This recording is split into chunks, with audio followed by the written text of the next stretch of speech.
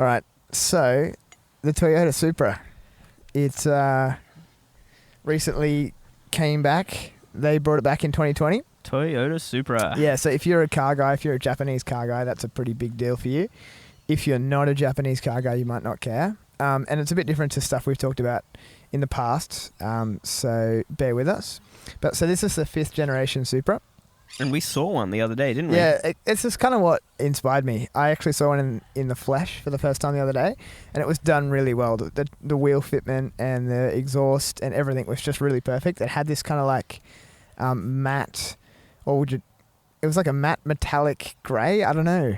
Yeah, it was satin? a matte grey. Is it satin? I would say matte grey. Matte grey? It was beautiful. It was insane. Interesting. I don't know. Satin's a word. Yep.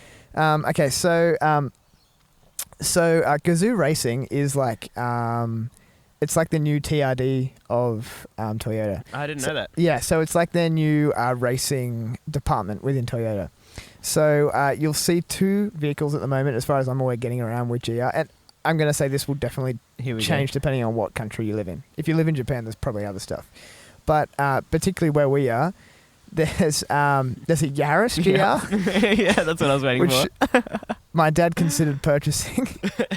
It's actually cool, all right? Instead of his Hyundai N25 or whatever. Yeah. What's it called? No, Hyundai i30N. i30N. Okay. 2021. 2021.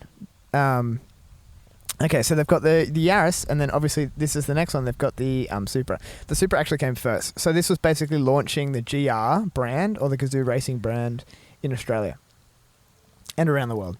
And so they're actually built in Austria, which, I mean, that's kind of cool. It's near Germany, and so it's like a good vibe. It's right? a BMW, isn't it? Yeah, it's a Z4. Yeah, it's Z4. That's what I thought. The rumours are true. So I've got a fun game at the end, which will illustrate exactly how much of it is a BMW. All right. But we'll come to that in a sec. Good. So their biggest rival that they were trying to build to match was the Porsche Cayman.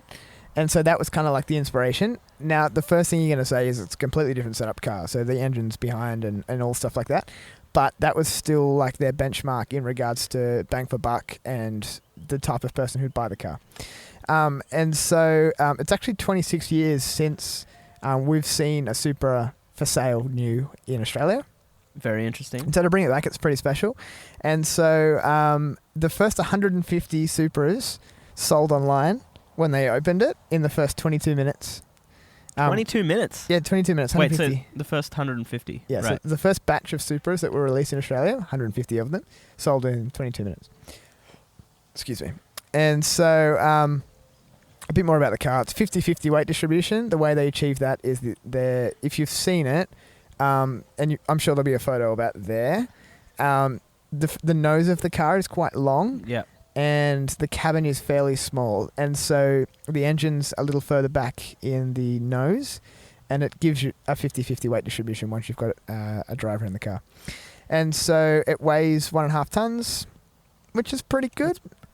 It's fairly heavy. No, yeah. Well, I mean, in For today's standards, you're looking like a GTR is going to be over 2 tons. True. And stuff like that. So it's reasonable for a new car. Rear-wheel drive, obviously. Straight 6, 3-litre, single turbo. Something like 250 kilowatts and 500 newton meters torque. So it's reasonable, like it's sporty. And so the US actually this year, 2021, are getting a 4-cylinder version.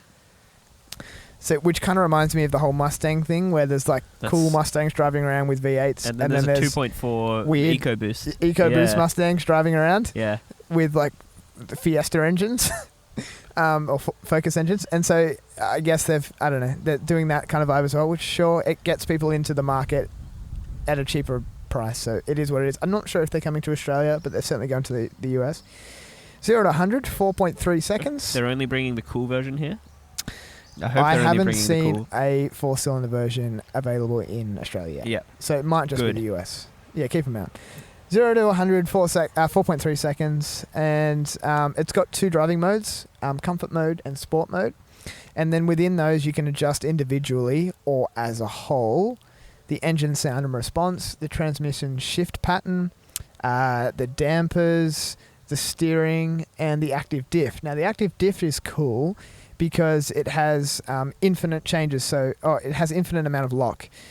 So you can go from 0 to 100% of lock. So you can go full 100% lock, full drift mode, Wow. which is pretty cool because the people who are going to want to buy these are going to want to do that. That's that's a really cool setup. Yeah, I mean, well, there's two people who are going to buy this. There's going to be young, cool people who like JDM cars, Yep. who want to drift it, Yep. who just run some e-commerce business and have the money. Yeah. And the other group of people who are probably the larger portion are going to be the 50, 60-year-old boomers Yeah. who wish they had the money back in the day to buy the Supra, but they have the money now. But I feel like more of the second demographic will buy it, and Yes. more of the first demographic will buy it in 10, 15 Yeah. years. Yeah. Because it just straight up can't be afforded by No, most it's expensive. So on that note, there's two trims. Here in Australia, there's two trims. There's the GT trim, which is 85k Australian, and then there's the GTS trim, which is 95k Australian.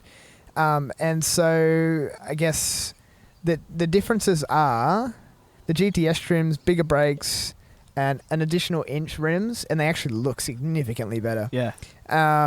Heads-up display and just some premium audio, whatever brand it is. And it's a 8-speed auto, which is a bit controversial. 8 speed. Yeah. Yeah. People were looking for manual. Definitely. But they haven't come out with that. It could be an option in the future, but we don't really know. Yeah. Well, you wouldn't think that they would release it now that they've finished with the car, you know?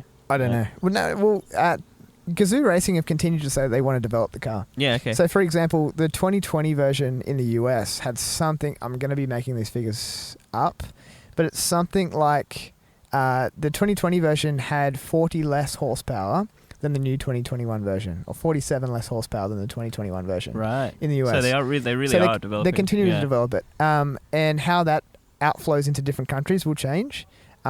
Depending on emission standards and whatever, safety standards and whatever it is, but particularly in the US, that's an example of them continuing to develop it.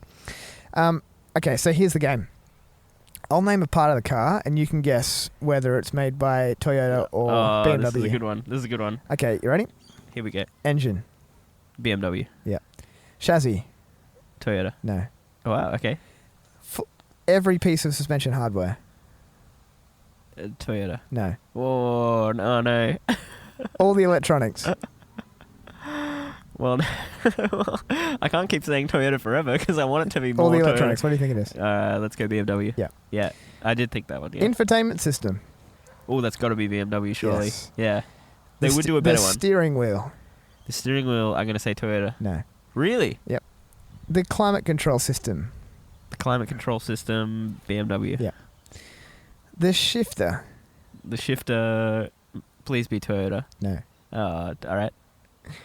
The key. BMW. Yep. All right.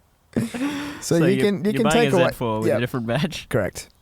but it's a Toyota. It Well, seems more reliable. Here's the thing, right? Would you like to buy a BMW that's all Toyota parts, or would you like to buy a Toyota which is all BMW parts? Definitely the Toyota that's all BMW parts. There you go. Go out and buy it.